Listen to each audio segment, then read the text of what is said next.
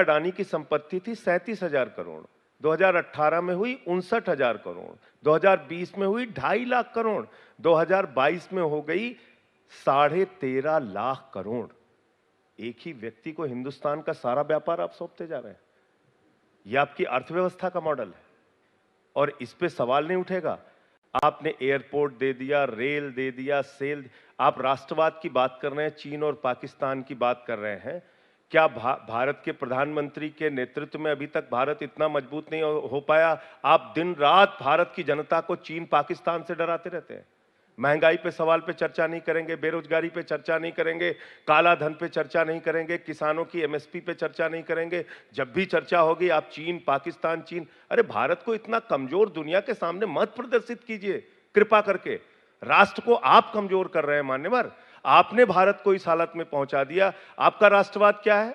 आप कहते हैं भारत माता की जय, हम भारत की रेल बेचेंगे। भारत माता की जय, हम steel authority of India limited बेचेंगे। भारत माता की जय, हम कोल इंडिया बेचेंगे। भारत माता की जय, हम बीपीसीएल बेचेंगे।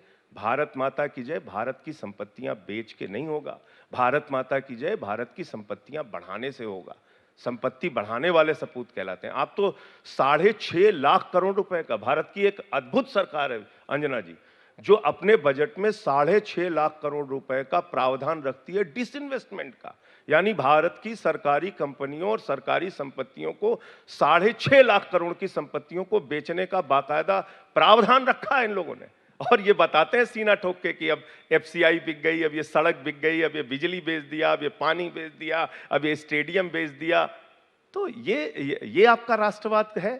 ये क्या इसके लिए हमारे बाबा साहब डॉक्टर भीमराव अंबेडकर ने भारत का संविधान बनाया था? क्या इसके लिए राष्ट्रपिता महात्मा गांधी ने देश को आजाद कराया था?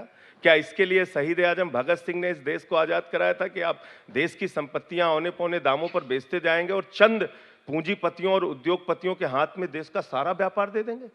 क्या ये हमारी अर्थव्यवस्था का मॉडल होना चाहिए?